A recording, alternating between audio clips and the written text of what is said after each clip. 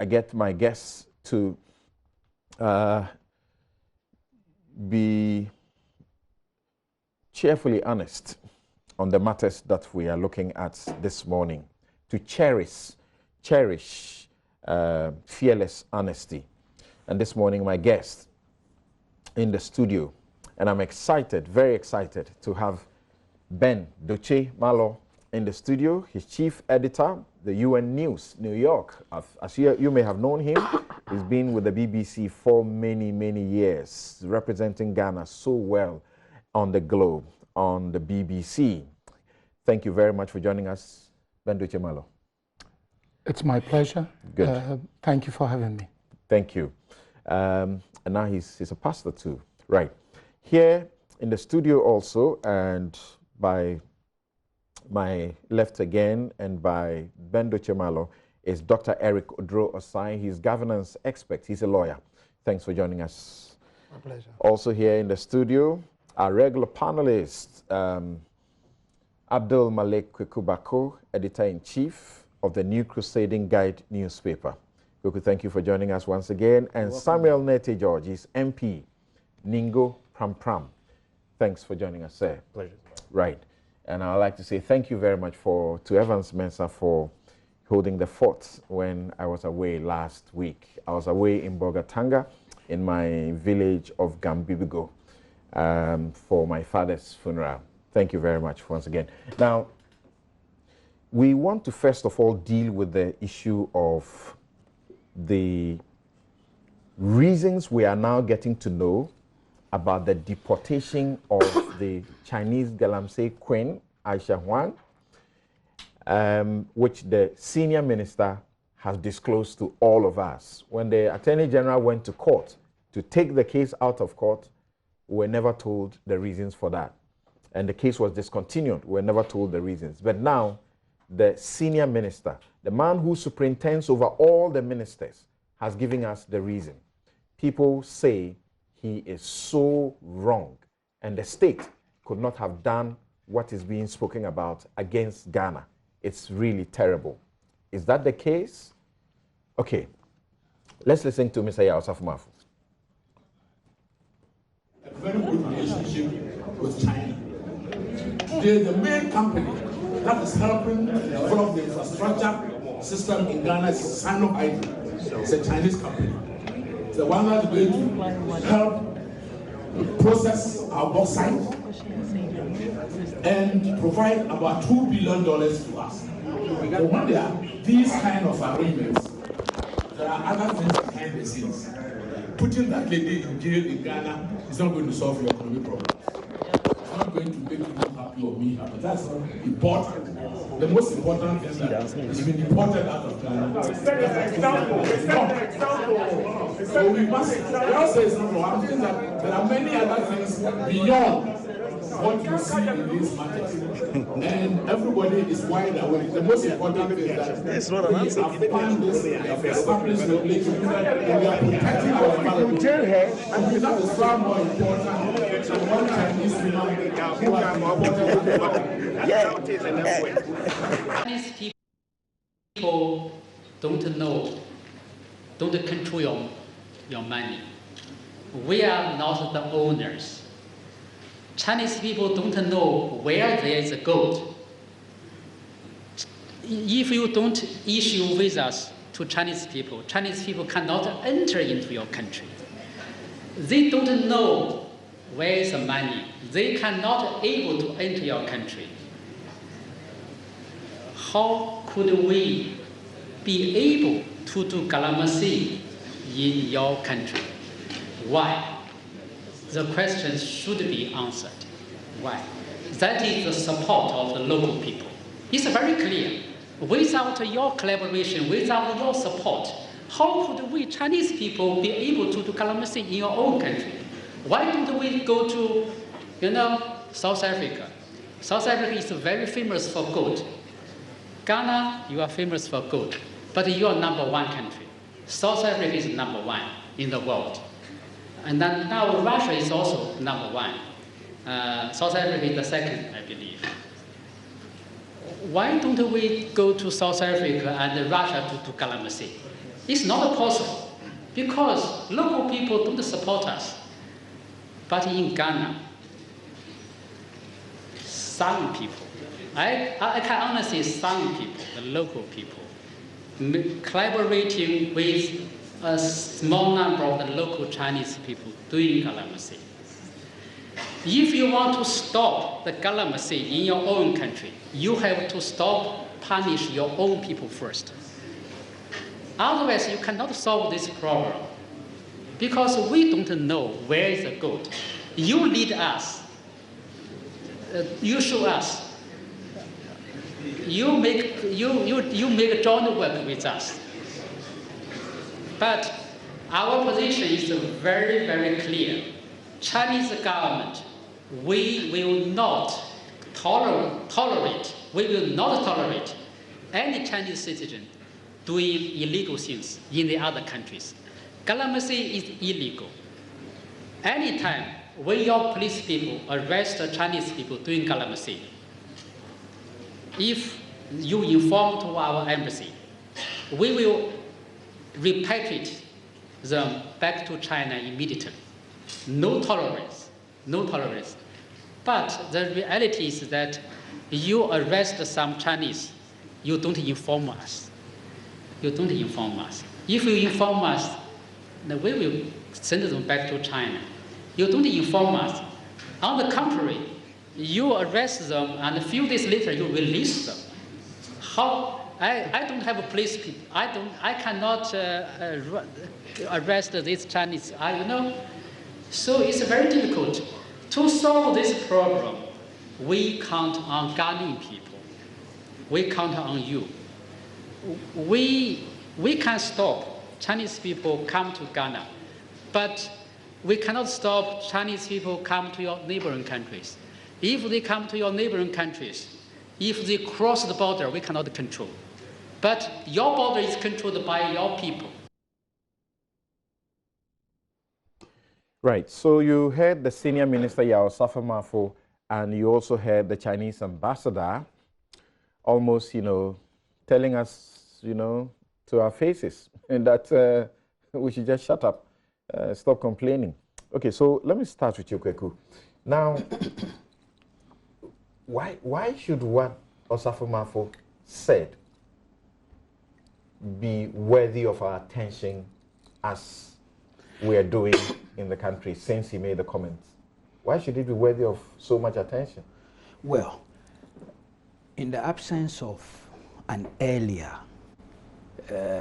official explanation as to what led to the Nolly prosecute, whatever any government official says subsequently, and in this case a very senior one, would assume a certain significance. So that would be the basis for why people would want to talk. As you know, the Attorney General is not under obligation to offer a reason, and so people were worried, people asked questions, no answers came, and the matter just closed because we knew we couldn't legally enforce a response from her. Now you have a senior minister, a very senior personality in this administration, offering a certain explanation that was unwarranted, because I'm not too sure he had to bring in the Chinese economic connection, Sino-Hydro, or even the diplomatic whatever. I'm not sure. Such an inappropriate communication. It was a gaffe. Okay, hold on. Ben, why should we pay attention to the statements that he made? We'll find out later whether, in fact, they were factual, that the basis for her deportation instead of prosecution was for our economic gain, whether that is a fact. That's right. But for now, why should we waste our time discussing it? First of all, I just want to thank you for inviting me on the program. Secondly, I plead your indulgence to honor a noble Ghanaian who died yesterday in the service of Ghana, right, and in the service of the world, General Francis Vib Sanziri, who was my volleyball captain when I was in Legon. Oh, I see. Even though he was not at UN headquarters, he decided he would pay dues into the Ghanaian Association at the UN. So people are saying Happy Easter, but it's a bit sad. We send our condolences to his wife, the family, and Ghanaians everywhere. I understand why you're in black now. Yes, he was like a brother. So putting that aside, I want to mention 3 personalities in this discussion on Galamsey. We heard President Nana Addo Dankwa Akufo-Addo say that he was launching a fight against this menace of Galamsey, and he would fight it to the end, even if it cost him an election or elections. Many of us Ghanaians, I don't believe there is any well-meaning, patriotic, God-fearing, supporting Ghanaian of any shade who did not support what the president said. But words must be matched with actions. And so the president said this: the spirits of Ghanaians who have seen the damage being done agreed with the president. Many of us willed him on. Now, secondly, we've just heard the senior minister, someone who has held various key portfolios under previous governments, someone with a lot of clout, saying that somebody can come from another country into Ghana, commit a crime, flout the rules and the laws of Ghana, but for some other economic considerations, we will let that person go. And please, allow me to draw on an example. Not too long ago, a Ghanaian member of parliament was caught, arrested in the United States for committing the crime of drug trafficking or whatever. Was he deported to Ghana, or was he jailed? And then the third person, I've mentioned the president, I've mentioned the honorable senior minister, and then we come to the Chinese ambassador to Ghana. Right now, if you're a conscientious Ghanaian, there are several emotions running across. Why should it take the Chinese ambassador to tell us what we should ourselves be telling ourselves? Should we Ghanaians give this man a prize for brutal honesty in telling us where the problem lies? And we are hearing this man says, we don't know where your gold is. You are the ones showing us where the gold is. We don't issue visas. You Ghanaians are the one issuing visas, not to decent, law-abiding Chinese who are coming to set up factories and employ Ghanaians. You are bringing in Chinese. Clearly, he's saying you're bringing in Chinese who are doing things that I and my government do not subscribe to. And when you catch them, you don't even inform me, so that as I am obliged by international norms to take these law-breaking criminal people of my country who came here without my consent, my government's consent, and then deal with them, but you still release them. He's calling a spade a shovel, not even a spade. And it's a direct indictment on all of us Ghanaians, whether we are good, whether we are striving. This is a clear indictment. You cannot fault the Chinese ambassador. Okay, so just but we need to do something about Galamsey. Right. The problem is resting with every one of us Ghanaians. Okay, so let me continue with you in a certain progression. What the Chinese ambassador said, you agree with Ben when he says this is an indictment on us as Ghanaians? Well, let me say a very good morning to our viewers and listeners and to the panelists, and also crave your indulgence to celebrate the life of Major General Francis Vipsanziri. I suppose he did it on our behalf. Yes. His wife played a key role in my primary. She was then Tema Regional Commander. Okay. When there was chaos in my constituency, then DCOP, now COP Beatrice Vipsanziri, put her foot down and ensured that sanity prevailed.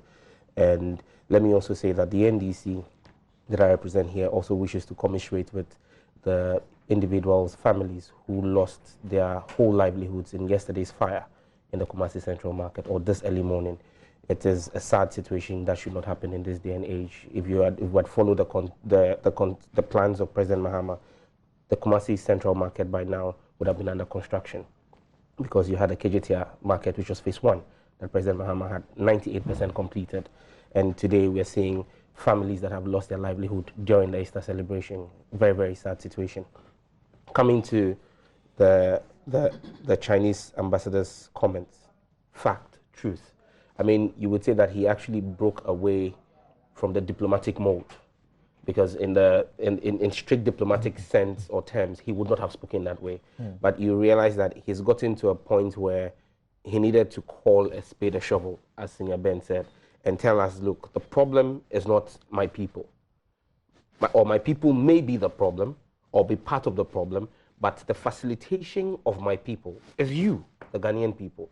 Because you follow this whole Galamsey discussion, and I have followed some of the work that Multimedia itself has done, and you realize that some of the key people who are behind the Chinese involvement are very powerful people in this country, okay? Very powerful people in the executive, very powerful people in the legislature. You understand me? And so the real fight against Galamsey, we're basically engaging in a talk shop. We're basically doing sound bites governance. We say the right things. It gives fantastic sound bites and inserts for news headlines. But when it comes to actualization on the ground, who owns the excavators?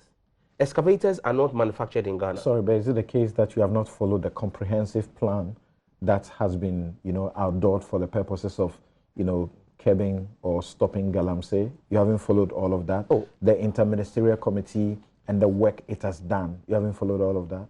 I followed all of that, and also followed reportage primarily by Multimedia that points to the fact that even members of the task force, the joint military police task force that is paid with our taxpayers' money to go and fight Galamsey are actually providing security to some of the Galamsey operators.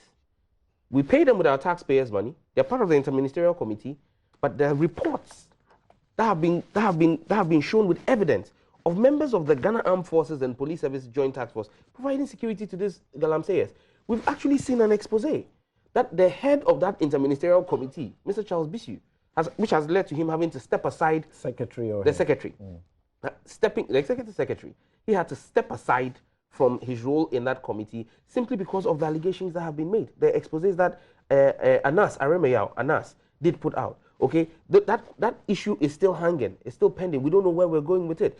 And look, anybody who is initiated in this game and who has tried to follow this knows that very powerful people in government, very powerful people in parliament, where I sit, are involved in the Galamsey. Okay, so hold on. We'll get to the details. Just hold on. We'll get to those details.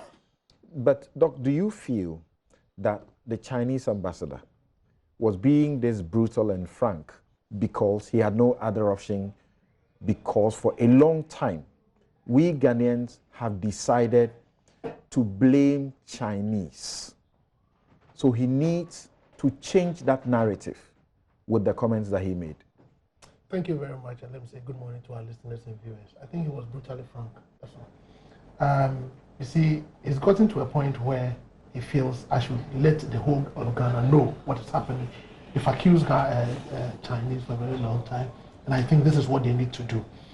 That is not to say that nothing is happening, but I think with his statements, it tells us that, look, we need to fast track anything that we are doing to ensure that at least we ban the whole thing out. Because, you see, he told us that we don't know where your gold is. And it is true. It is true. It is true. You see, so I think that he was brutally frank because he's gotten to the point of, in my view, frustration. Gotten to the point where I need to tell them as a test to force them to take certain actions. When it comes to the issue of Galamsey, like my brother here said, it involves not only people in government, but powerful people in Ghana. Yes. It cuts across all length and breadth. I mean, traditional authorities, there are a lot more powerful people in this game. So you ask yourself, if you have these people involved, what do you do? We have an interministerial task force. Yes, we are not seeing the progress. So this should be a wake-up call. You are not satisfied with the progress, or you are not seeing the progress? I am not satisfied, I can say. I am not satisfied. What I want to see... I think that is fair. Yes. Fairer than to say you are not seeing. We are not seeing. Yeah. What I want to see happening, more is getting them go to the ground, taking quick actions on a continual basis, giving Ghanaians feedback on progress. Okay. That is what we need. That is what we need. Give us feedback on progress and involve us. And I'm also calling on They gave us feedback recently. Did you follow the progress when the number of Galamsey operations that had been, disbanded, so to speak, and the small-scale mining, companies that were now beginning to receive license through a setting protocol, very rigorous protocol? You're not satisfied with that as well? I'm not satisfied. What I want to see happening is continuous progress. What I want to see happening is giving the people alternative livelihood. What I want to see happening is having a comprehensive agenda to prevent international or people from other countries like Chinese from invading our country. You talk about alternative livelihood. It's part of the entire program that they are pursuing. But you hold on. Okay. Ben wants to make a quick intervention. You do that, and then we begin much proper with Kukubako. Yes.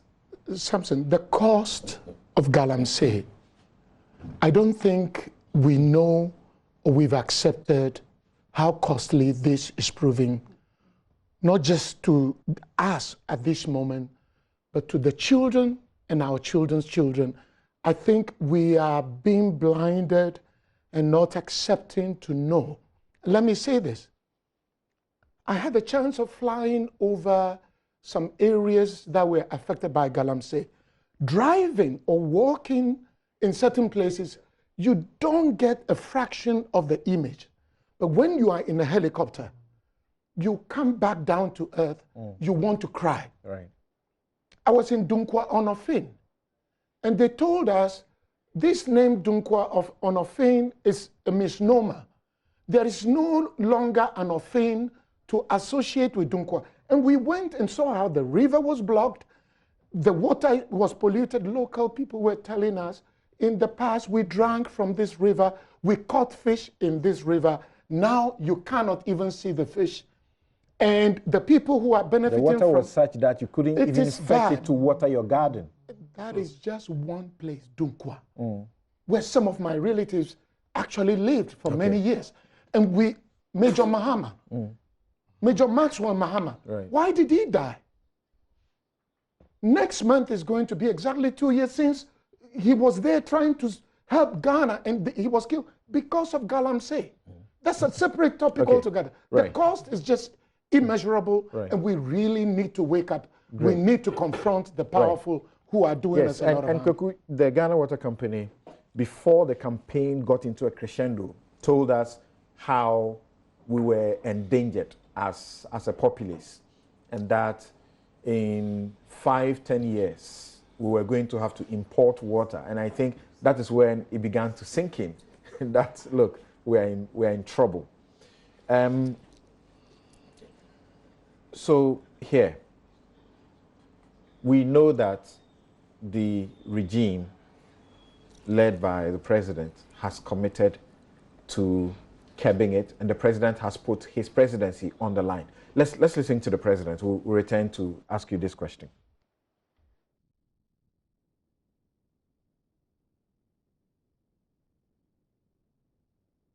Within the government to design a policy for us, not just to stop it, to reclaim the land, to let our rivers work again, but also to see how we can figure a way for all these able-bodied young men who are involved in this activity to find an alternative livelihood. So it's a package. It's a package that we have designed to try and bring this menace to a conclusion.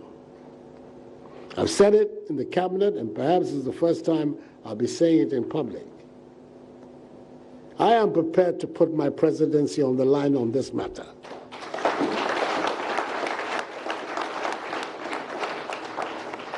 I've heard it being said that I should be careful. Many of these people voted for me, and if I continue this exercise, perhaps they will not vote for me again if if by the grace of God I'm in a position, my party allows me to go again and I have the health and everything to go again, that I'll not get it again. And I'll say to myself, well, this is a choice that all of us have to make as human beings. You do what you think is right, or do you do what you think will allow you to get along? Right. So that's the president in the commendable posture he gave and got all Ghanaians backing him. He's repeated it on a number of platforms.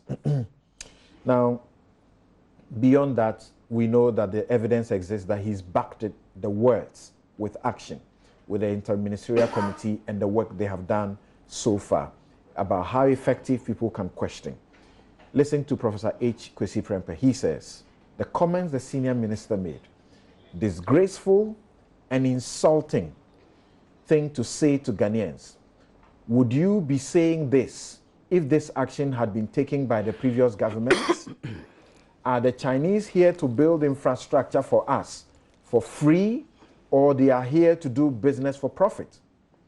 Is law breaking by Chinese nationals and a waiver of criminal sanctions part of the bargain for the Sino-Hydro transaction?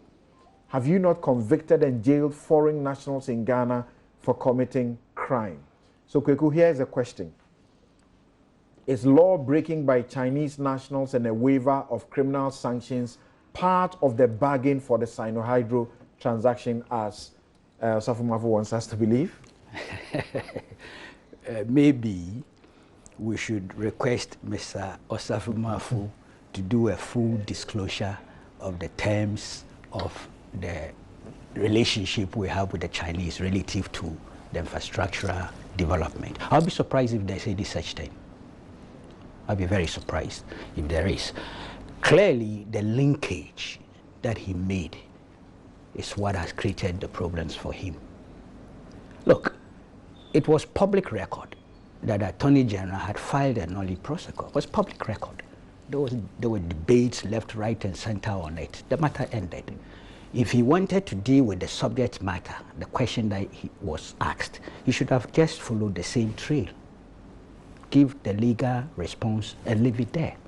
Now, if you bring in the economic and diplomatic and all those things, then you are telling us that there was something else. And I think somewhere he talks about behind the scenes. Yes. He himself uses those words, you see. So why we are back here to interrogate the issue. Look, it is true that jailing one person, Aisha Huang in this case, will not resolve Ghana's economic problems. That's true. That's a fact. But jailing her, if indeed based on the evidence before the court, also would enhance that culture of deterrence that we seek to grow. Will bring about a certain disincentive for the impunity that we are all worried about. So really, that's why he ought not to have brought in this whole point in order to create credibility and integrity challenges for himself and the administration that he belongs to. He's somebody I like and respect, I admire. I have to be honest with you. But it's difficult to defend him on this score. And perhaps he may do the honorable thing. I'm told there's been rationalization, explanation, clarification. All those ones I realize have had no effect. He may have to do an open apology and retraction. It may help him. I'm not one of those calling for his resignation. Those doing so are entitled to that call. I'm not part of it. I just want to be honest with that matter. But see, what the Chinese ambassador said is no news. Before the Chinese ambassador, the reaction that came from his office suggested in part that the minister in that discussion was also saying that the matter had been determined by the court.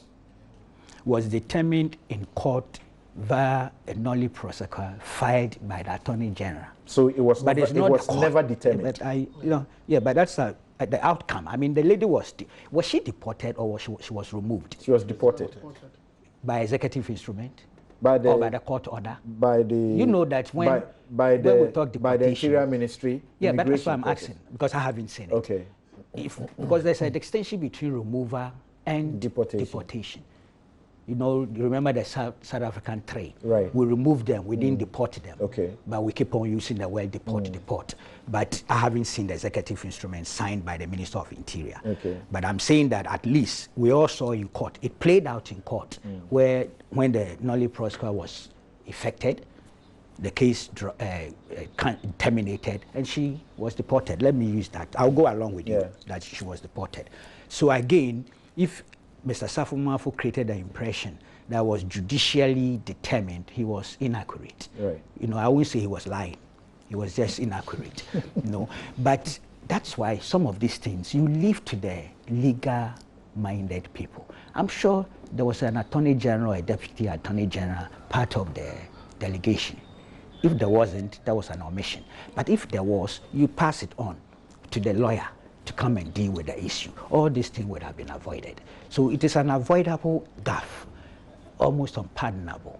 And the way I know him, very experienced, very matured, I think he would do the honorable thing subsequently.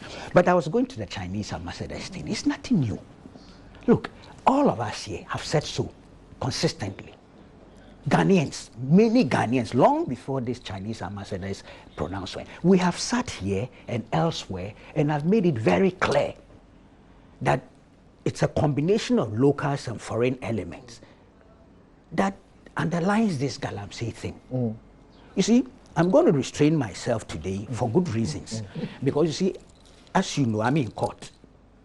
Some of these issues have come up in court. Right. I myself sitting here, I've been described as a Galamseya. Oh. Yes, and I'm in court to vindicate my integrity. And a lot of things are happening in court. All sorts of statements and testimonies and documents have been brought to court. I'm supposed to have organized the police to free some Galamseyas, Chinese Galamseyas who had been arrested. So it's going to be determined in court. As I have here, see, I can show you a list of Chinese elements. 19 here.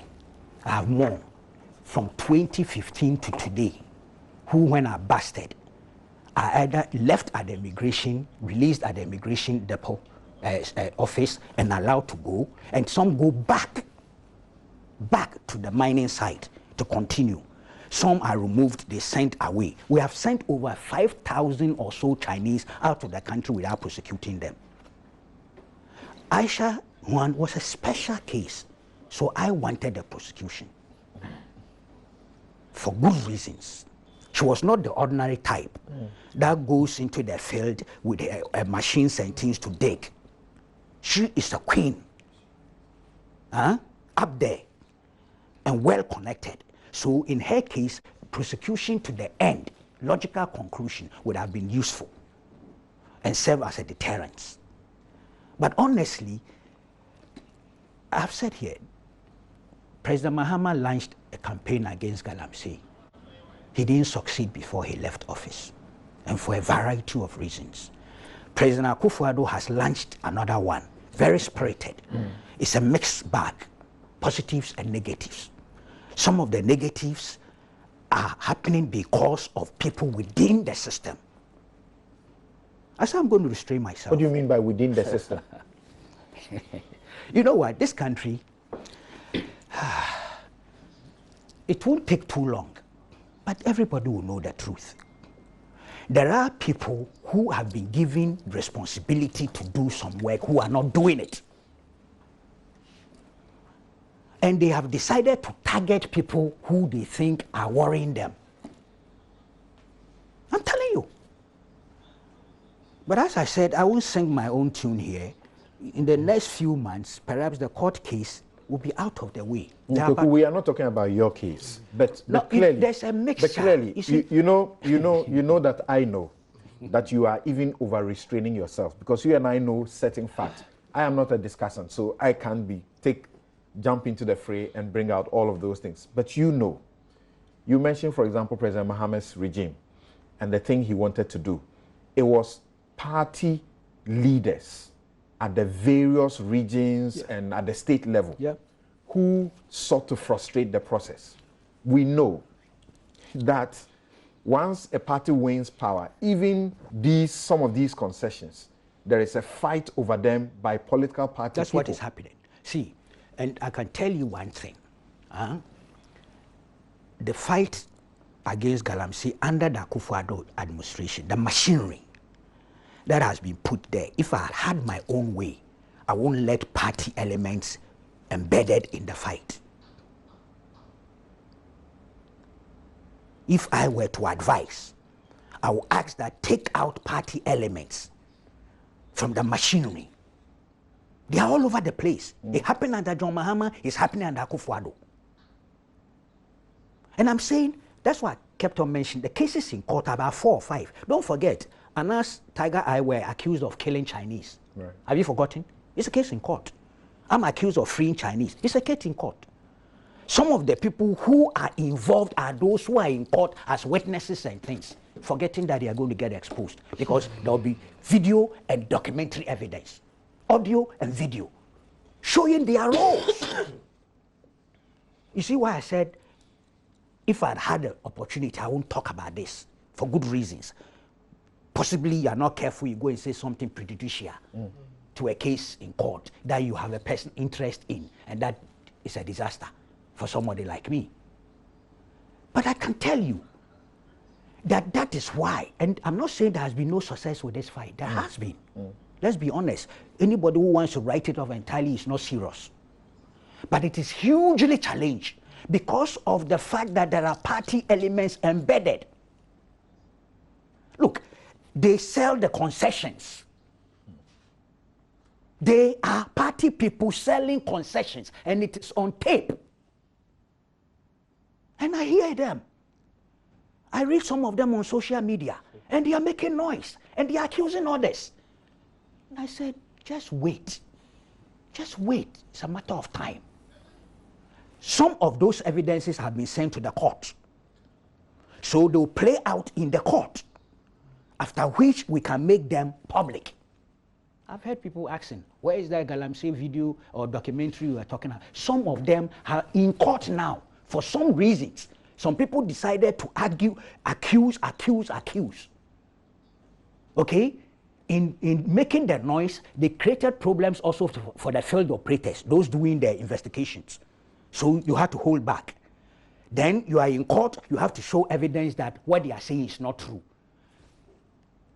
So now you can't talk too much. I'm telling you, that's what is going on in this country. And I hear them, some big, some small, some medium, all making noise. You have said before on this show, this very same show, on this matter, that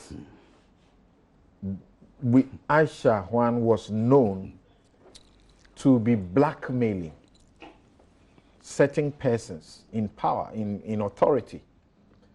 Could that be the reason she had to be taken out of the country rather than being prosecuted? When I heard the Safumafu thing, I felt so sad because I said, look, people will put it within that context.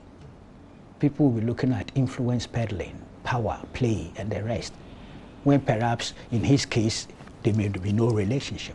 But it's true, that lady was a powerful woman and had been powerful for almost 10, 15 years. She goes and comes. She arranged marriages here and there. She integrated herself into the Ghanaian community and society. Well organized, properly. And it's true.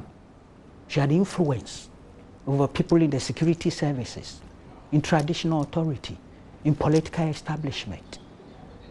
And I'm not talking of just recent, continuously.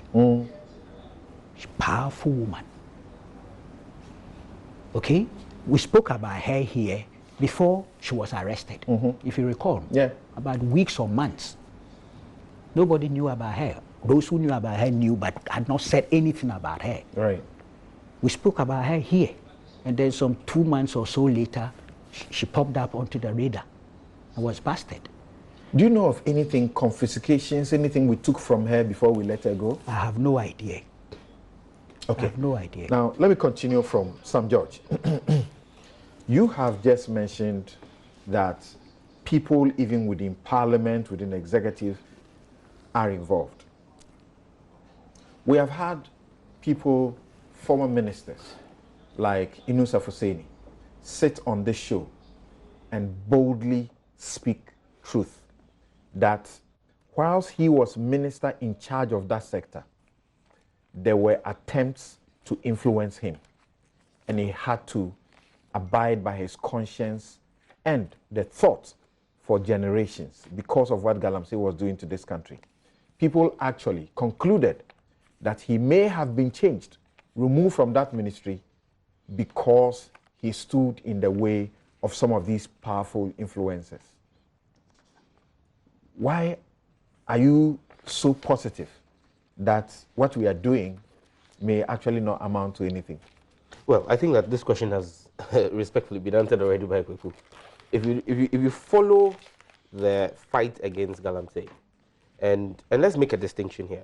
Yes, President Mahama launched a campaign, a spirited one at that, but he lacked one key thing which President Akufo-Addo has: the support of the media.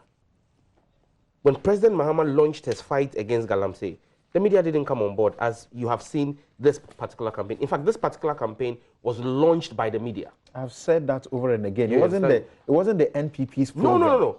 It was the media led by Ken Ashigbe. When immediately they were vetting the ministers, if you listen to the minister designate for that office then, he wasn't talking about any such crusade. Absolutely. He was actually talking about what has been spoken during the campaign about seeking to regularize some of the operations. And the media started, and then the government bought in. Goodbye in anyway. Absolutely. This campaign is actually the media's campaign, only that the media doesn't have the wherewithal, the state apparatus to execute it. Right. And that is what is coming to bear here, and that's the challenge you see. And I'm going to read from Ghana Web, 15th of July, 2016. Headline: MPP will regularize Galamsey. And this is attributed to Akufo-Addo, then candidate Akufo-Addo. And that's what the minister-designate spoke to. And I'm just going to read a portion of it. He says that then Akufo-Addo was addressing residents of Obuasi on Friday, July 15th, 2016, when he made this known, as he toured Obuasi East and Obuasi West constituencies on day 3 of his 5-day tour of the Ashanti region, explaining why Ghanaians have to change this non-performing Mahama government and replace it with an Akufo-Addo government, which is coming into office to create jobs for the people. The MPP flag bearer recounted how in 2012 he made a similar promise, only for President Mahama to say he was lying to the people of Obuasi. Then this is a quote: "I was here in Obuasi to say that Galamsey, which I prefer to call small-scale mining, will be regularized to ensure that the youth all find work to do. Shortly after, Mahama also came here to tell you that I was lying and that an Akufo-Addo government will rather sack everyone involved in Galamsey. When he won the election, he rather directed soldiers to come and drive out all persons involved in Galamsey in Obuasi." Akufo-Addo noted. Is this... I don't understand. Well, I'll bring the understanding. This was the promise of then candidate Akufo-Addo in 2012 to regularize Galamsey. He actually went back in 2015 and said that, look, when Mahama became president, he actually tried to fight Galamsey and tried to get you out. He brought in soldiers to get people doing illegal mining, Galamsey, which is what we call Galamsey. He brought soldiers to get you out of the bush. Those who were destroying the water bodies. When I come, I will bring you back. Then he comes into government. His minister, as you pointed out, comes before the parliament for vetting, and he's still speaking in the context of regularization. Only for the media to wake up and say, hey, look, we're not talking about regularization. We want a stop to this whole thing. The kind of pressure that the media put on, the government had no other alternative than to jump in. Now, remember in my earlier submission, I had spoken about us having soundbite governance. You have the soundbite that you played. Fantastic insert.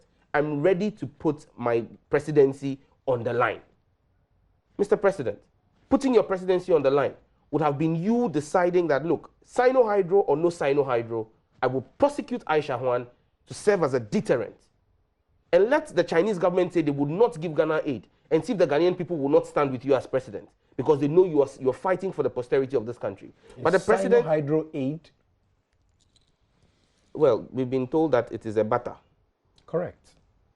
So was the minister factual? Well, why do you play on that? Well, for me, I have no reason to undermine or underplay the importance and significance of comments coming from a veteran, as pointed out by Kweku Bako. And in fact, he is the minister of ministers. He's a senior minister. He sits in the office of the president. He's a member of the economic management team. So when he says, and don't forget that this same government was the one that told us it was a barter. The opposition, which is the NDC that I belong to, said this is not a barter. This was a loan. This was financial aid coming in to help a government. They said it wasn't. But the senior minister has gone to admit again in that town hall meeting that, look, this was aid. This is money that we needed for Sino-Hydro. My point is simple here, and I don't even want to go into that discussion. My point here is very simple. Are we seeing a play out of what truly is government's own desire to regularize this because of elections and the votes? Because my point here is, if the president was ready to walk his talk, it's easy to talk. Talk is cheap. Our president has spoken. We all applauded it. Now we expect him to walk his talk.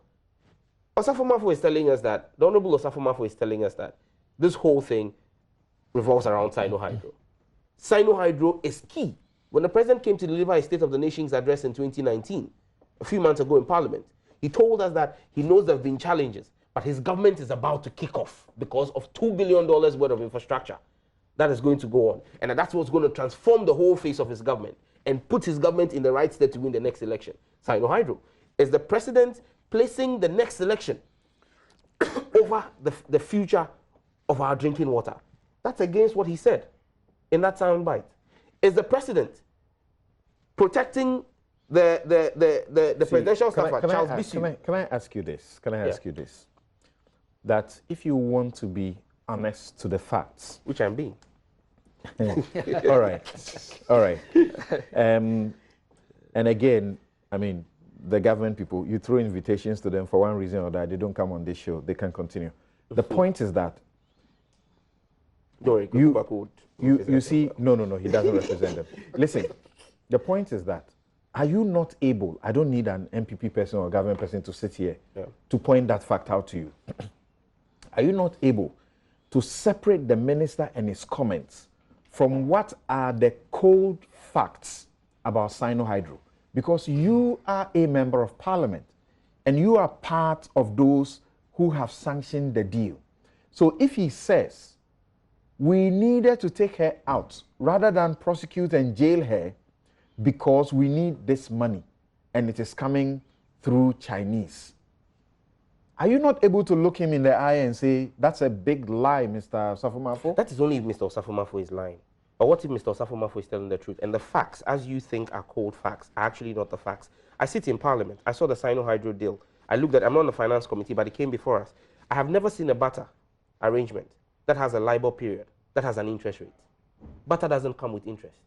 Barter is, you're giving me your phone, I'm giving you a pen. That's barter. I have seen loan agreements that have come before Parliament. They always come with a LIBOR rate. They come with interest rates. This Sino-Hydro came with an interest rate. This matter has been settled. You understand me? So if you want... It is your bauxite they are using. It is your bauxite they are using. And then you wrote to the IMF to ask whether it is butter or not. And they said, they initially said, we are going to look into it. Yes. And then they came back later to tell you that we have examined it. Yes. It is not a loan. Yes. That's their opinion, okay? It's facts. You said facts. Cold hard facts. Right. You can choose to look at it and say it is a barter arrangement. That's fine. I hold the view, and my party holds the view, that that arrangement with Sino-Hydro is a loan agreement. Now, if Mr. Osafo Mafo, who is a senior member of the economic management team, who is a senior member of this government, who I can confidently say is part of the president's kitchen cabinet, under no pressure, comes to volunteer information and tells us that this is what we all thought it was. Who am I? If the crocodile comes to tell you that the tilapia is sick, they all live under the water. You who is a bird, how can you dispute it? You don't live under the water. So Samson, and you see, like I said, let's not even go into Sino-Hydro loan or barter. We're looking at this this Galamsey thing. And for me, the bottom line here is this. The president said he's made us an assurance.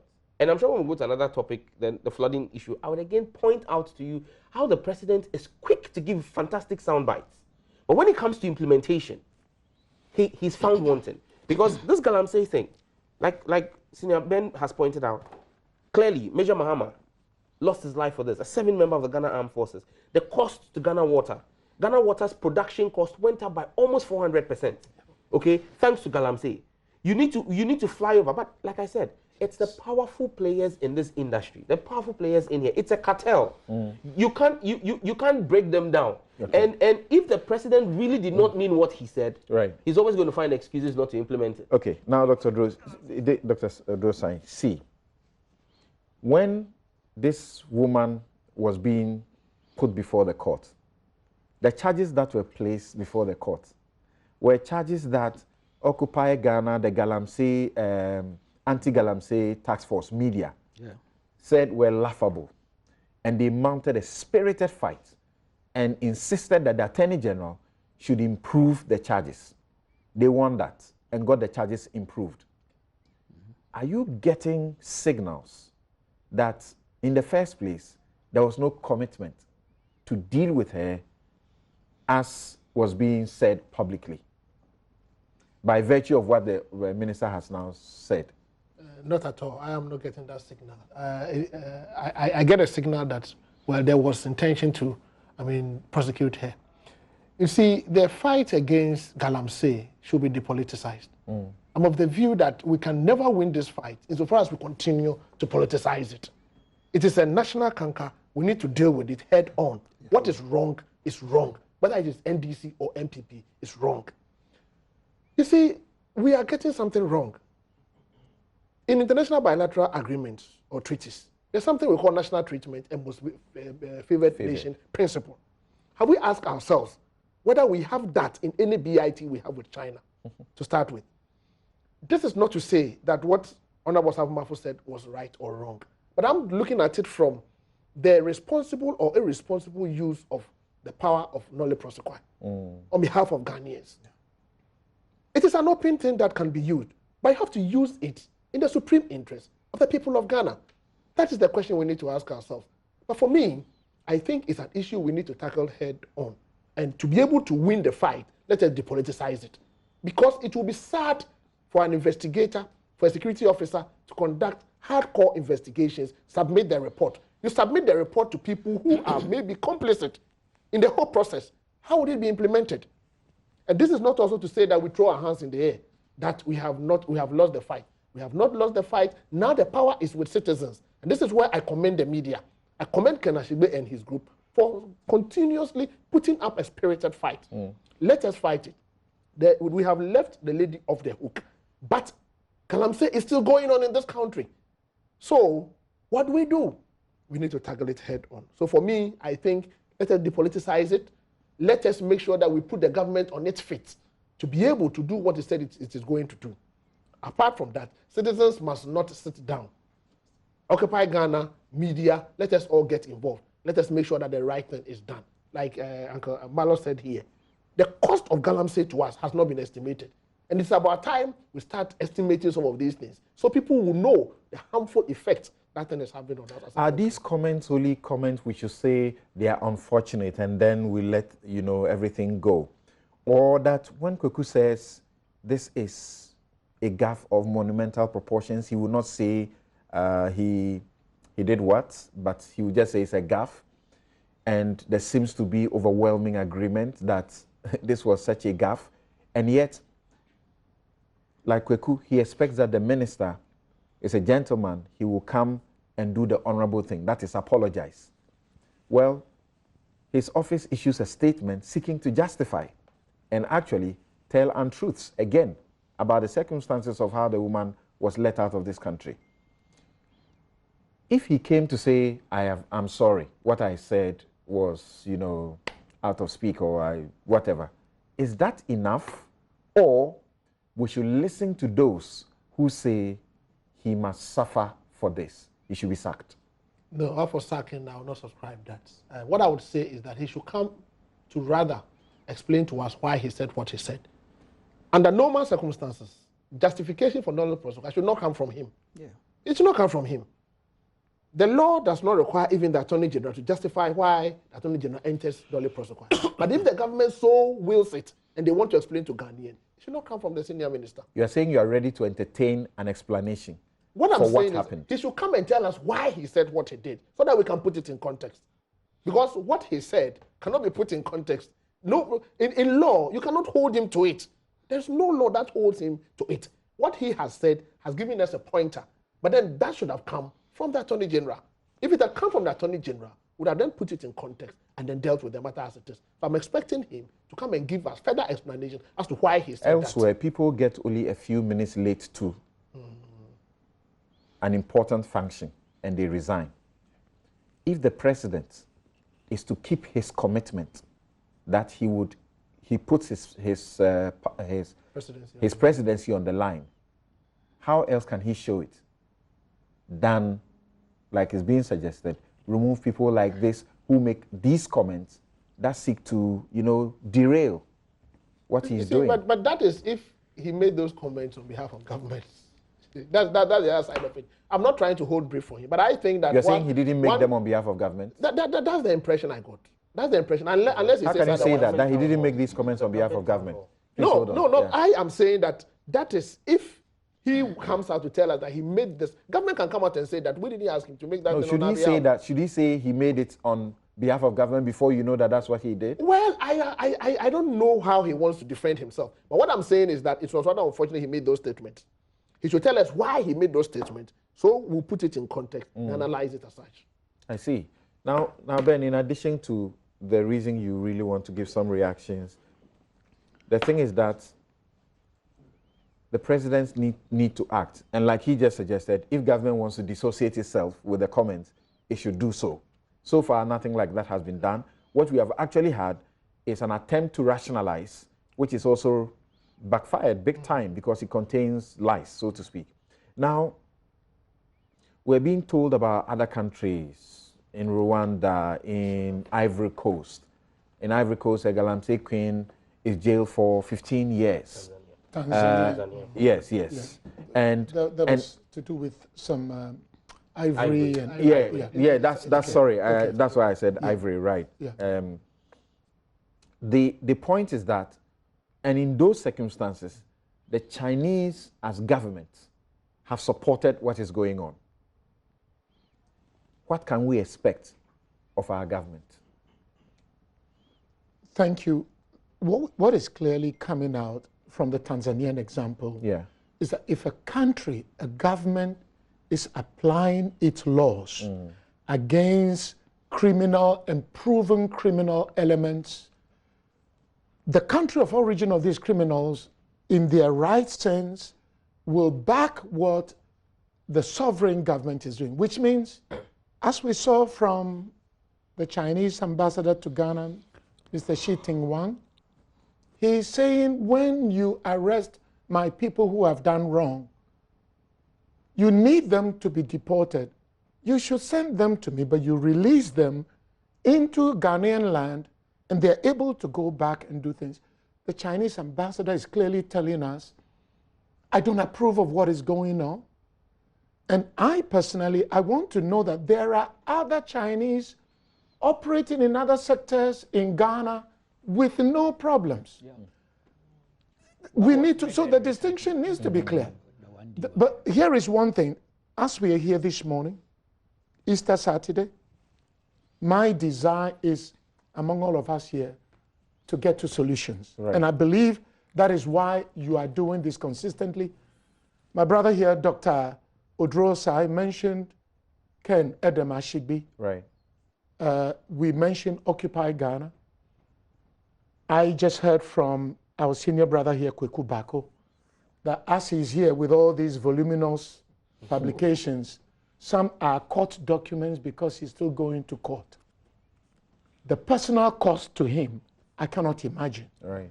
The things he should be doing, and maybe the court is postponed today and all that. And this brings me a solution, just an idea. The brothers and the sisters who are doing their best at personal cost to make sure we end Galamsey, they deserve the support of all of us. Why is it that when Kweku Bako and the others who are being taken to court because they are fighting Galamsey, we don't have a group of protesters going there to drum and sing, at least? Just precision. In this case, I have gone to court to vindicate my integrity. Right. No, I know, but it's still part of the fight to stop Galamsey. You mentioned how you expose Aisha Huang over here. So my point as a solution, one of the solutions, the brothers and sisters who are standing strong, saying we will not receive bribes, we will not be influenced, we will not yield. I know City FM, Bernard Avlet, together with Kojo Boateng and the others, they all joined the fight. But this is the sad part. Apart from adding encouragement, support, letting them know you are doing this not just for yourself, but for all of us, what we need to be doing is to ask ourselves, even when we get the facts, when we get the truth, Samson, what are we really doing with the truth? Right. What solutions are we giving? How discouraging is the release of Aisha Huang to all these brothers, Ken, Edem Ashibi, Occupy Ghana, the media, and Joy Multimedia. By the way, let me ask the question.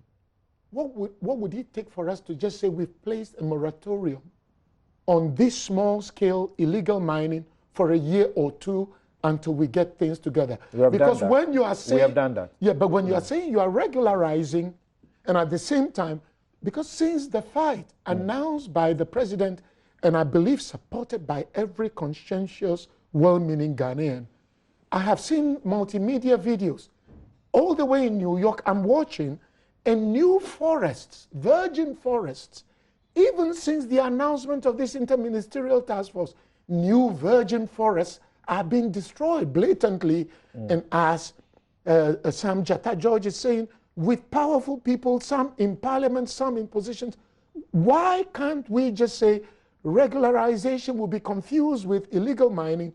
Let's be clear. Okay, so we did that by way of the policy that the Interministerial Committee is pursuing.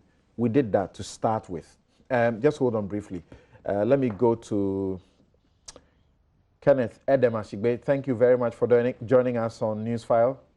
Thank you very much, Samson. Unfortunately, I am not in Accra. I'm in my holy village of Chairman. So I really have not been able to follow the conversations in the studio. It's okay, and it's good to be in the village, I tell you. Yes. There's a healing it brings. Now, you have, we knew that some of you who are leading the media coalition against Galamsey, your lives, literally, you came in danger. You came in the line of fire by persons powerful and those whose lives depended on this job. First of all, tell us, how dangerous is it to even want to get into this, thing, fighting against Galamsey? Definitely a very dangerous campaign to embark on. If you look at the challenges that our journalists have had to go through to be able to do the things that they do, it's not, because the people you're dealing with are really very powerful people. The price of gold keeps going up, so the returns to them are very high. These are people who also do not have to reclaim the land once they do it. So the margin for them is very high. Consider the fact that at a particular point in time, we could, even as a country, we could not account for, is it $5 or $7 billion? So when we start talking about quantums of money, and we start looking at $2 billion to start to compare with, our very survival as a people today and our future, then we completely lose, the kind of fight it is that we are involved. So definitely it's a precarious endeavor to go in. And I will not talk about even us. I'll talk about our journalists who are in the front line and the challenges they have to go on. They come at you with either trying to buy you with various things, or they try to malign you, they'll try and castigate you. Or physically, they'll try and see what it is that they can do against you. But fortunately, all of us have one life that we have to live, So you're better off fighting for this nation and be remembered 1,000 years when you're gone than, wanting to get your broth today. Okay, you have been very happy about government's buy-in in the anti-Galamsey media coalition against Galamsey crusade. Where is your level of confidence today, this morning? Well, I am very conflicted because I have a president who actually, put his political career on the line. I would say that he demonstrated political courage more than even the political will. But then I also have an executive that the Ministerial Committee, the Media Coalition Against Galamsey, petitioned the Attorney General on the 21st of December. We copied His Excellency the President. We copied the Speaker of Parliament. I think that the letter to the Chief Justice did not go. But up to now, we have not even received an acknowledgement of the letters that went. I would not mention the minister's name, but there's a minister who told me in the face that they are not going to respond, to our petition. And, so then you're not getting a response. I remember speaking to Charles Bisu, and he told me that he thought that it was good to just go ahead and just, do the deportation. And I disagreed with him in person. I'm sure he would confirm it. But today, when you get the senior minister, who amongst all ministers is the most senior, try and make a justification of the knowledge process, and it's because of $2 billion. When a minister for environment has told us that based on the fact that 2.38 million hectares of Ghanaian land have been destroyed, and it will cost us $12,000 to reclaim 1 hectare of land, which would mean that we need 29 billion. And if we are getting a justification that says that for only 2 billion, which is a barter deal, which means that we are going to give away, 2 billion worth of bauxite, and I understand even with the commercial, terms on it, there's even an interest in it. If we consider the fact that even for most of these jobs that are going to come, where Sino Hydro are going to come, most of us Ghanaians are not going to be the companies that are going to get this contract. China is still going to get jobs for its people on the back of this 2 billion. If we consider the fact that at the point where the minister said this, still degradations are going on. If you consider the fact that I'm sure if you go into our jails, based on the data we have, not even one Chinese has been jailed because of this. Maybe the Chinese, what they should have done is that for all the damage that they have done for us, in exchange for Aisha Huang, they would have given us the 2 billion as a gift. Rather than we now coming to say that we're taking this as, a barter deal, and in exchange for that, a senior minister who's older than I am, a senior minister who's more experienced than I am, a senior minister who is my senior when it comes to engineering, who understands these things. I definitely think that the messaging we're giving to the people who are putting their lives at risk, the people who want to come and cause a lot more of the damage, the messaging we're giving to the Operation Vanguard people who are in the field, the messaging we're telling to our people that when it comes to us, we would prefer the foreigner to ourselves. I think definitely there's a conflict between the position of the president and what it is that we are seeing now from the time we send our petition to the Attorney General and to what we are hearing from the senior minister. Does it matter to you? Should we take it any serious that his comments, like you have just said, do not reflect the president's commitment? A commitment you have just indicated is one beyond merely, as it were, mortgaging his political future. Should the comment matter, knowing what you know about what the Interministerial Committee has done so far? Well, you see, Samson, I have major issues with even the Interministerial Committee. I think before the Interministerial Committee, I was in Takwa, I was invited to a stakeholders engagement, and there's a multi-sectorial mining integrated project.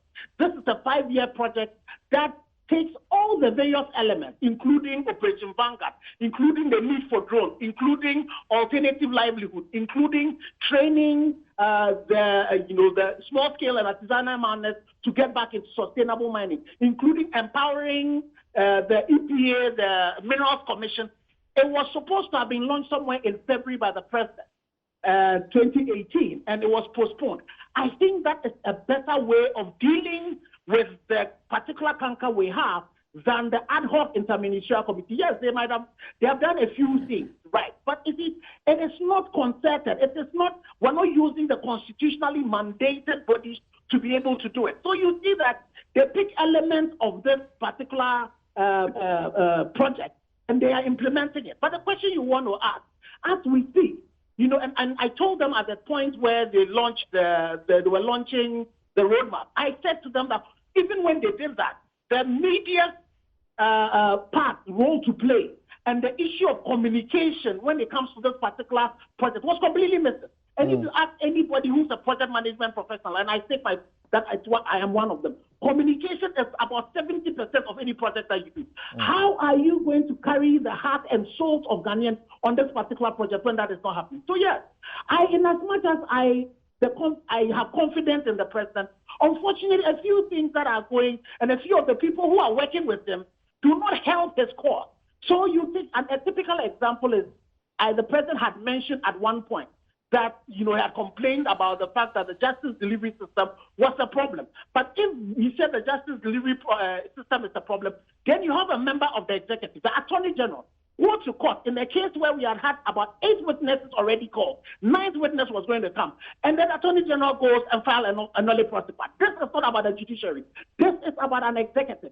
And then we are not also told why it is that is done. Because, see, you need to be able to carry the spirit and the soul of Ghanaians to support this particular fight. If you leave that out, if you don't even know what the Interministerial Committee is doing, what has happened to these drones, and all the things that has happened, what has happened to the Operation Vanguard call for night vision glasses and other accoutrements to be able to help their fight. We are not carried along as we go according to this. I will tell you for a fact that there's no communication plan with what it is that is being happening. And so because of that, good things might be happening, but we don't know. All we hear is the senior minister telling us that the deterrent effect of, a prosecution and a criminal, sentence of a particular person is not good. It's not good enough. Okay. But when it comes to Ghanaians, some Ghanaians are currently languishing in jail because of Galamsey. Well, Ken, we definitely need to leave those people and let them come back. Yeah, well, Ken, we're told earlier that even the prosecution was costly and not something that was worthy pursuing. And this was by people at the helm, those leading the process. But tell me, do you share this view by Dr. Charles Rekubrobe? He says, Mr. President, retire Osafo Maafo now. He's a blot on your stewardship and commitment. What do you say? Well, what I would say is that knowing Mr. Osafo Maafo for what he stood for all this while, this is what he has said.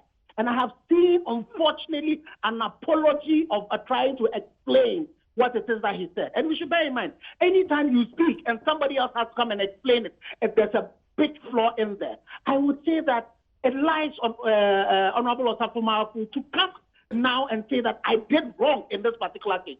And definitely the president needs to be able to correct it, because in terms of the messaging it gives to this country, it's going to be one of the armors we are going to give to people tomorrow. Good, but this is my question. Because we've allowed Galamsey to destroy this country. It will be like akin to the way when we start talking about history, we are told that we are also part of the reason why we were sold into Thank you. Because of that, they won't pay us any reparation. Thank you, Ken. And you speak so passionately about this, and that's how you've been from day one about it, and more particularly issues about the media, what the media leads. But the question I asked you was direct. Do you share Dr. Charles Rekubrobe's comment? I completely share. The only thing I would want to do is also the fact that I look at it and I say that based on what it is that Mr. Osafo Maafo has done in the past, it would do himself a lot of good to say to the president that I think that this particular one, I made a mistake. And like the way I did, and I resigned from graphics when I thought that, the situation was not tenable, he should also resign himself. He should not wait for the president to ask him to leave. Okay. But going forward, you are saying that there are things that the Interministerial Committee is doing that ought to change. Yes, I think that I would urge the president, and I will urge the Minister for Lands and Natural Resources. I'm pretty sure that when Peter Mewu left, he would have definitely left him the MMIP. I know that the project coordinator for that is still at the ministry. We need to go back to that, even if we would want the Interministerial Committee to still exist. And I would believe that instead of using ad hoc bodies to try and resolve an issue which is a permanent issue, because this issue of Galamsey did not start today, it's not going to end tomorrow. We need a more permanent structure. So we have permanent structures, and the MMIP uses these permanent structures instead of letting the Interministerial Committee attempt to use these structures. And I can tell you, based on the information I get, that there are issues to do with how they are able to do the coordination. Let's allow the Minerals Commission. Let's allow the EPA. Let's allow the Ministry of Land and Natural Resources. After all, they meet at cabinet, so they have their other institutions to be able to work. Let's allow with the Ministry of Local. Let's allow what it is that is constitutional. I'm not even too sure. I'm not a lawyer, so I don't know whether there's even a law currently backing the work of the Interministerial Committee. And I pray that the special prosecutor would also finish his work, because the most important thing as a big person who's a communicator is that messaging is important. For people to even go out and be able to go and do their work. If there is an investigation hanging on the neck of the secretary to this committee, it also would affect the way people will be able to work, the way people will be able to relate to them. I am sure there might be some donor partners that currently will be playing a wait-and-see attitude to the way these things are going to work. Okay. I want to also see what are the small-scale miners who have gone back to work. What role are they playing to ensure that that the right things are being done? And most importantly, we need to realize the fact that it is the DCs and the MCs that represent the president at the district level. These DCs and MCs are the chairpersons of the district security committees, are the chairpersons of the district mining committee. I will urge the president, any DC that has galamsey happening in his constituency or his municipality should be sacked. He is either incompetent or he is culpable and he is part of the problem. He did one of that, you remember? Yes. One DC suffered, right?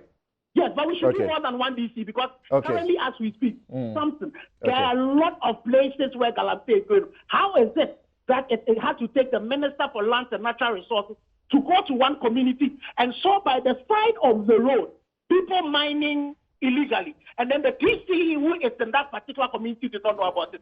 The police commander, the district commander in that community did not know about it. You see, the challenge we have is that our professionals who should also work are not working, and we should put too much emphasis or focus on the politician. How come that we would have the chief executive of the Forestry Committee throw his hands in the air and say that when he went to do what was lawful and cause the arrest of people, some people who are powerful enough, but we know in this our country, Ghana, in the Constitution, there's nobody who is above the Constitution. So is the chief executive of the Forestry Commission. Is he culpable? Is he, seeing crime being committed and not, reporting it for it to be dealt with? So we need to urge the professionals, those of us who have gone to school. And unfortunately for all of you who are old as I am, the taxes of my mother and my grandmother in the village, that's what paid for your school fee. So if you go and you are not doing your job and you are checking it because of politics or any other thing, then you are ashamed to professionalism. And I urge all professionals to stand up and do the right thing. All right. We need to stand up and do the right thing. It cannot be that would mortgage our future and our today. Okay. We have to go and find $29 billion to come and repair this land. And then we will see the Chinese $2.2 billion of bauxite. And even with interest, and just take $2 billion from them, where they employ their own, and we say that that's a justification. And we add to that a waiver of prosecution. Thank you very much. Thank you. Thank you. She was not just one of those people in the pit. She was the kingpin. Is it that if we had prosecuted her, we have seen some of the influential people who are behind it? Is that one of the reasons why we decided that they should go? I have questions to ask. Thank you very much. Has questions to ask. Thank you very much, Kenashigbe. We need to make sure that his commitment that he has made brings the best fruit. Thank you very much, Kenashigbe. And Kenashigbe has been leading the media coalition against galamsey. That is a coalition that began with so much of a united voice against galamsey and got this government, immediately it came into office, buying into it and taking it so boldly and proceeding in the manner that we have seen so far. He's not that satisfied with what has gone on, but what can you say? Name and shame? Yeah, that's what we are supposed to be doing. Can we just bring out the names of people who are making money? We're supposed to take a break at this point, and then we will not be able to come back to this issue. So this is what I'll do. Because of the importance of this subject matter, let me get you, because I was seeing hands up whilst all the discussion was going, let me get you and keep you to 2 minutes each of any comments you want to make finally, particularly about the solutions going forward. Once again, starting with Kweku. Well, it's going to be tough, but it's not impossible. To be honest with you, it's not impossible to cure the mischief that Galamsey represents. The program that this administration has launched, if you take your time and analyze it, if it's properly executed, is one way forward in dealing with the menace. I sincerely believe that political party elements should be excluded from the machinery. I say so based on empirical evidence available to me. It's key because they are part of the problem. If the president is listening, and I know he listens to us, he watches us when he has the time, political party elements should be excluded. All of them should be taken out. Whether it's the interministerial thing or Operation Vanguard or any other mechanism that they have put in place to deal with this thing. Okay. I know why I'm saying so. And sooner than later, it will become so obvious to Ghanaians what is happening in this country. Okay. Son George. Well, for me, I think that the comments by the Honorable Osafo Mafo, by all and sundry, there's a general consensus that those comments, clearly, they're not worth 6 million Ghana cedis, which is the cost to the taxpayer of running his office, 6 million Ghana cedis, and that we deserve better, and that the post-facto rationalization of his comments are needless and rather seek to add insult to injury. The fight against Galamsey is a fight that none of us would seek to politicize. However, if we're being told not to politicize it today, it's crying after the horses have bolted from the stable. It's been political. It's been politicized. It takes a political decision. All you need is the political will. Mr. President, it's good to know that you watch this show, as Uncle Kweku has told us. If you're watching every president watches this show. Yeah. Great. Mr. President, please walk your talk. Thank you. Put your presidency on the line and let Ghanaians be grateful to you. Thank you. Thank you. Yes, Doc. So what do you say? And when I was talking to Kweku and I was saying there's a lot that the two of us know, I was actually expecting and still I'm expecting that in part 2 of Anas's expose on this subject, which has led to Charles Bisu, as it were, stepping away from the Interministerial Committee, which people say is not enough. He should just get out of the presidency. That in part 2, there is a bit of history to that documentary that should also be shown. Okay? People took petitions to the president, not this president, President Mahama, about the Galamsey situation, where party chairmen and leaders at the regions were the ones who had taken over and causing a lot of havoc in reserved forests. And the petitions didn't seem to have received sufficient attention. What do you say? How do we go forward? See, going forward, I think we should take politicians out of the fight. We should allow state institutions to take up the fight. I also think that I will agree with Uncle Malo, name and shame. The big people in the Galamsey business must be named and shamed. I also think that we should rationalize the work of the Interministerial Committee on Galamsey. It is something that is not sustainable. Let us use state institutions and then let us prioritize this fight. Let us see it as one of our fights that all of us need. I mean, collective fight. I think the politicization must cease.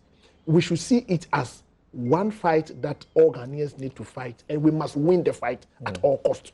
And to win the fight, let us take politics out of it. Okay. The only thing not to forget, those state institutions, some elements there are complicit. That's right. And that is why those state institutions over the years failed to deal with the issue. Yeah. All the state institutions, and there's documentary proof to all of it, actively allowing those who shouldn't do what they are doing to go into forest reserve and mine. So why are they still at post? Anyway, let's listen to Ben. I want to make... It's not funny, forgive me, but I'm laughing. It's not funny. Yeah. Yeah. You've given us 2 minutes. Let me see if I can just headline a few points. Point number one, can we follow the money? People who are making money out of Galamsey, they are mortgaging our future by going for some crumbs, destroying water bodies that we can, and talk about Ghana soon needing to buy water. So follow the money. Number two, when you follow the money, some names will come up. If I see somebody living large. The Ghana police, they have names. They have names. So why can't the Ghana police release the names? They have names. Look, if I'm doing wrong in my neighborhood, in my village, where, by the way, I'm trying to help the local community set up a library and IT center, if I'm doing wrong there, somebody needs to expose me. Unless, right now in Ghana, shame doesn't work anymore. We become so bad that we are not ashamed to be living large from doing criminal things. Then that is a separate program you have to organize. Number three, Samson, we need to intensify the education of our people as to the cost you are not seeing now. In Dunkwa Onofin, dangerous chemicals were seeping into the water bodies. And I understand the people making money are saying, oh, let the river die. When the river dies, we will drill boreholes and the boreholes will give us water, forgetting that the chemicals are seeping in. If medical people should check now, there are probably more cancers, more diseases coming out. So we need to keep educating our people to know that the cost is too much. You can't go for immediate gains. And then number three, listen to the people, Mr. President. Listen to the people, Mr. Minister. Listen to the people on the ground. And number five, my final point. We cannot depend on President Nana Addo Dankwa Akufo-Addo alone, struggling in Accra to deal with all manner of issues, to be able to go to every nook and cranny in Ghana to help with the fight with Galamsey. And here is what I say. If I'm from Wasa Akropong, I'm an indigene of Wasa Akropong and I'm in Accra, by God's grace I'm doing well, but my people are being destroyed in my village. I owe it to my great-grandfather, to my ancestors, and to my people to go back and educate. The chiefs of Wasa Akropong, I'm just using this as an example, maybe because I have a good brother called Nana Damwa who is from there, and I have been there, or I have a brother who is from the Volta region, whose wife is from Wasa Akropong.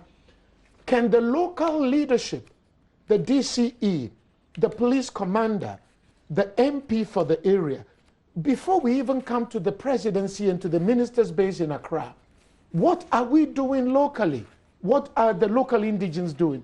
If we are going to win the fight, it's going to take everybody at every level to achieve success in this fight. Thank you very much. And what a note on which we should take a break. Let's all of us in our individual, if you think that it's so far away from you, you're joking. It is not. And I just said, I went to my village in Gambibgo, and it's not too far away from Shanjin where the blast happened and killed people. And go see what peanuts we are charging the people to pay, and are they even going to pay? So let's all be part of it. The Ochehene has been fighting in his backyard. The chiefs in the various places, there are some of them who depend on this Galamsey. That's a shame. We'll take a break. We'll be right back.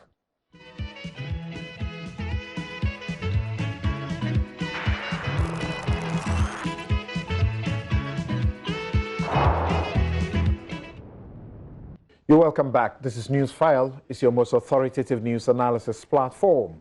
And here on Newsfile, we put Ghana first. My guests, Kwekubako, Sam George, Dr. Drosai, and Ben Doche Malo. That's, I'm getting some really good comments for you. People are happy that we managed to get you on a show. Okay, so thanks to the production team. Yeah, right. Service. Now, some of your comments. Kwame Esiedu Sapon says, some of our politicians care? How can Osafo Maafo continue to bury his head in the beach sand and allow his office to issue an explanatory statement? Finally, Samson, how come he hasn't jumped or been pushed The time for an apology is long gone. I am mystified. Okay. So that's Kwame Sapong Esiedu sending us that, I suspect, from London, where he lives. CC Cole says that we lack the courage, integrity, transparency to fight criminal activities because some of the people who are in government are part of the problem. We need to name and shame the people who are behind this. Thanks for that message. Michael Abbey. Mike, your message is long, so I'll cut it short. He says, what makes us think that in this age of technology and artificial intelligence, Aisha can still not operate and control systems and galamsey operations in Ghana, even from outside the country? Okay, that is a very interesting one. Very interesting one, very possible. Then, this is brought in by Atu Edu, Dr. Atu Edu in Evans, Georgia. He says the fight against galamsey in Ghana has become an enriching conduit for officials at the district level. Are DCEs through the district committees not using party members to solicit money from galamseyers? Are some DCEs not using chiefs to plead for them, knowing that they will be sacked? Among others, Ghana's Ghana's Intel doesn't know this. Many DCEs are indeed not helping the president. Okay, so those were just a few of your messages that you brought in. There's quite a lot. When we find time, I'll try and read a bit more for you.